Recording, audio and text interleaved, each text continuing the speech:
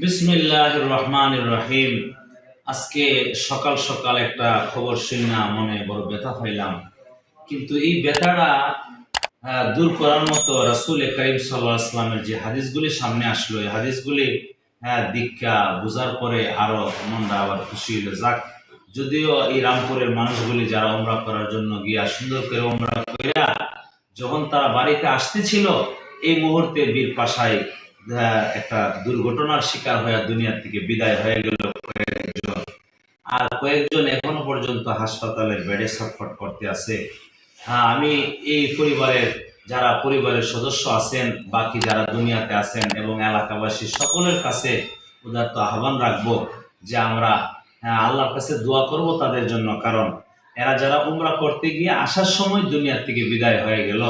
তো এদের জন্য সুসংবাদ। عن أبي هريرة رضي الله تعالى عنه عن النبي صلى الله عليه وسلم أنه قال الحاج والعمار وفد الله إن دعوه أجابهم وإن استغفروه غفر لهم।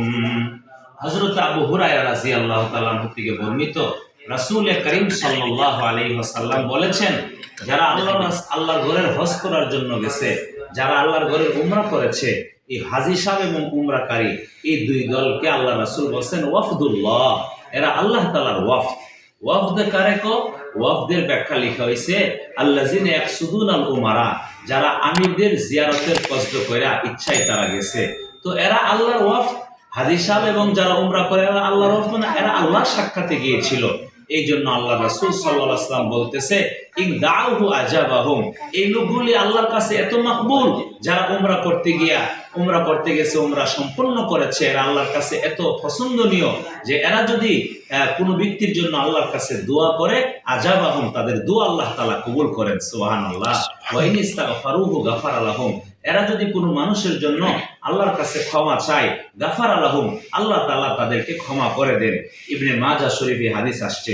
হযরত আবু হুরায়রা রাদিয়াল্লাহু তাআলা থেকে আরেকখানা হাদিস, وعن أبي هريرة رضي الله تعالى عنه قال سمعت رسول الله صلى الله عليه وسلم يقول وفد الله ثلاثة। রাসূল করিম সাল্লাল্লাহু আলাইহি সাল্লাম এই হাদিসের মধ্যে আল্লাহর ওয়াফদ বলতে তিন শ্রেণীর মানুষকে বোঝাইছেন, যে যারা আল্লাহর জিয়ারতে গিয়েছিল।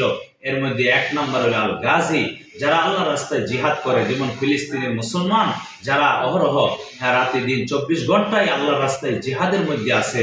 ওয়াল হাজ, দুই নাম্বার যারা আল্লাহর ঘরের জিয়ারত করার জন্য, হজ করার জন্য গেছে।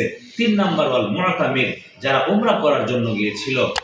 এরা আল্লাহ তাআলার মেহমান, এরা আল্লাহর সঙ্গে জন্য সাক্ষাৎ করার জন্য গিয়েছে।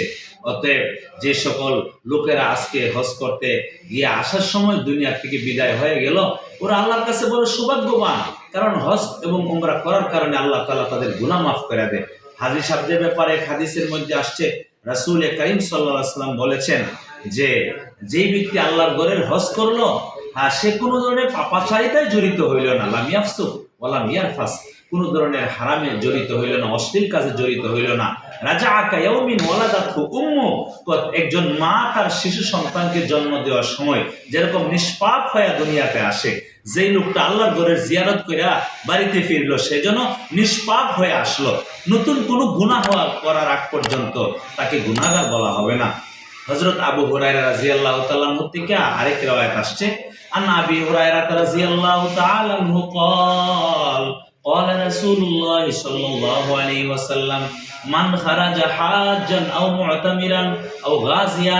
আল্লাহ রাসূল সাল্লাল্লাহু আলাইহি ওয়াসাল্লাম এই হাদিসে বলতেছেন যে হজের নিয়তে ঘর থেকে বের হইল, যে উমরার নিয়তে ঘর থেকে বের হইল, অথবা জিহাদ করার উদ্দেশ্যে যে ঘর থেকে বের হইল, সুম্মা মাতা ফি তরিকিহি, অতঃপর সে রাস্তায় মারা গেল, এখনো উমরা করতে পারে নাই, এখনো হজ করতে পারে নাই, এখনো জিহাদ করতে পারে নাই, রাস্তার মধ্যে দুনিয়া থেকে বিদায় হয়ে গেল, কাতাবাল্লাহু লাহু আজরাল গাজী ওয়াল হাজি ওয়াল মুতামিরি, আল্লাহ তাআলা তার আমলনামায় জিহাদের সওয়াব লিখে দেন, আল্লাহ তার আমলনামায় হজ্জের সওয়াব লিখে দেন, আল্লাহ তাআলা তার আমলনামায় উমরাকারীর সওয়াব লিখে দেন। কিন্তু আজকে যারা সকালবেলায় দুনিয়া থেকে বিদায় হয়ে গেল অ্যাক্সিডেন্টের শিকার হয়ে, এই লোকগুলি তো সবাই সপরিবারে উমরা করেছে, উমরা করার পরে এরপরে রাস্তার মধ্যে তারা দুনিয়া থেকে বিদায় হয়ে গেছে। অ্যাক্সিডেন্টের শিকার হয়ে মারা গেলে এমনও শাহাদতের মর্যাদা পায়, আবার ওরা উমরা কইরা আসার সময় দুনিয়ার থেকে বিদায় হয়ে গেল। আল্লাহর কাছে আমরা সকলেই তাদের জন্য দোয়া করি, আল্লাহ তাআলা যেন তাদের কোনো ভুল ত্রুটি থাকলে, উমরার দ্বারা তো মাফ হয়ে গেছে, এরপরে কোনো ভুল ত্রুটি থাকলে আল্লাহ যেন সমস্ত ভুল ত্রুটি আল্লাহ তাআলা নিজ গুণে মাফ করে দেয়। আমরা সবাই এই পরিবারের জন্য আমরা আল্লাহর কাছে দোয়া করি, তাদের জন্য আমরা দোয়া করি যেন পরিবারের সদস্য যারা আছে এরা ধৈর্য ধারণ করতে পারে। আল্লাহ তাআলা সকলকে তৌফিক দান করুন। ওয়া আখিরু দাওয়ানা আনিল হামদুলিল্লাহ।